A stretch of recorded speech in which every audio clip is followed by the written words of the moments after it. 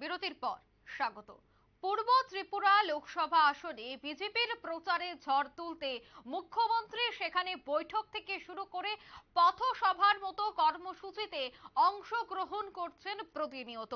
আজ দেখা গেছে বিজেপি মনোনীত প্রার্থী কৃতি সিং দেববর্মার সমর্থনে খোয়াই শহরে এক রোড শো অনুষ্ঠিত হয়, যেখানে উপস্থিত ছিলেন মুখ্যমন্ত্রী, উপস্থিত ছিলেন প্রার্থী কৃতি সিং দেববর্মা, মন্ত্রী অনিমেষ দেববর্মা, বিজেপি ত্রিপুরা রাজ্য কমিটির সম্পাদক ডেভিড দেববর্মা, খোয়াই মন্ডল সভাপতি সুব্রত মজুমদার সহ অন্যান্যরা। এদিন খোয়াই মন্ডল অফিসের সামনে থেকেই এই রোড শো অনুষ্ঠিত হয় এবং খোয়াইয়ের বিভিন্ন পথ অতিক্রম করে মন্ডল অফিসের সামনে এসে শেষ হয়, যেখানে প্রচুর সংখ্যক বিজেপির কর্মী সমর্থকরা, তৎসঙ্গে আইপিএফটি এবং তিপ্রা মথার কর্মী সমর্থকরা উপস্থিত ছিলেন। প্রত্যেকের মধ্যেই ছিল আলাদা একটা উৎসাহ, উদ্দীপনা। আজ প্রত্যেকে উপস্থিত ছিলেন। একেবারে প্রচুর সংখ্যক কর্মীদের উপস্থিতিতেই আজ খোয়াই শহরে এই বিশাল পদযাত্রার আয়োজন হয়। সে বিষয়ে মুখ্যমন্ত্রী কি বলছেন শোনাবো।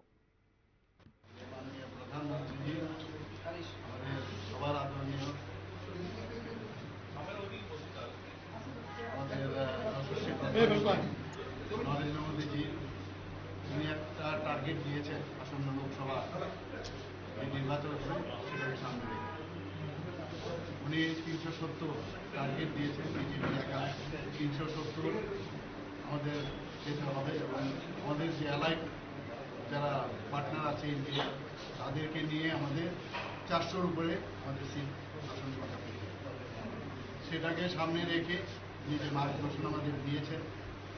সমস্ত জায়গায়, সমস্ত ত্রিপুরার সব জায়গায় আমরা যাচ্ছি। আমাদের দুটো আসন আপনারা সবাই জানেন, একটা ইস্ট আমাদের পূর্ব লোকসভার আসন, আর একটা হচ্ছে পশ্চিম লোকসভার আসন। আমাদের আজকে খোয়াই আমরা এসেছি, সব জায়গায় আমরা যাচ্ছি, পদযাত্রা করছি, মিটিং করছি, র্যালি করছি, প্রসেশন করছি, সবই করছি। এখানে 5 কিলোমিটার আজকে আমরা আমাদের সাথে আমাদের যিনি প্রার্থী ভারতীয় জনতা পার্টির পক্ষ থেকে যাকে মনোনয়ন দেওয়া হয়েছে কৃতি সিং দেববর্মা মহোদয় আমাদের সাথে আছেন। আমাদের সাথে মাননীয় মন্ত্রী অনিমেষ দেববর্মা মহোদয় আমাদের সাথে আছেন এবং এখানকার সমস্ত কার্যকর্তাদের নিয়ে আপনারা সবাই জানেন যে ভারতীয় জনতা পার্টি, আইপিএফটি এবং তিপ্রা মথা আমরা একসাথে মিলে আমরা এখন এই নির্বাচনী লড়াই আমরা লড়ছি এবং আমি নিশ্চিত যে পূর্ব লোকসভা আসনে আমরা ভারতীয় জনতা পার্টির গত বছর যে আমাদের ভোট পেয়েছি, তার থেকে আমাদের টার্গেট ছিল 10% বেশি আমাদের অ্যাচিভ করা। আমার মনে হচ্ছে যে এটা কত পার্সেন্টেজ হবে আপনারাও দেখতে পাচ্ছেন। মানুষের মধ্যে একটা স্বতঃস্ফূর্ত একটা মানে সারা আমরা দেখতে পাচ্ছি। যেখানে যায় সেখান থেকে কেউ বাড়ির থেকে হাত নাড়ছে, কেউ রাস্তাঘাটের দোকান থেকে বিভিন্ন জায়গায় বিভিন্ন যারা বিভিন্ন সাবজেক্টের সাথে জড়িত, যারা কাজে বিভিন্ন ধরনের কর্মচারী থেকে আরম্ভ করে যুবক, ব্যবসায়ী, ইন্টেলেকচুয়াল, সবাই কিন্তু আমাদের প্রতি প্রধানমন্ত্রীজির উপর একটা আস্থা আছে।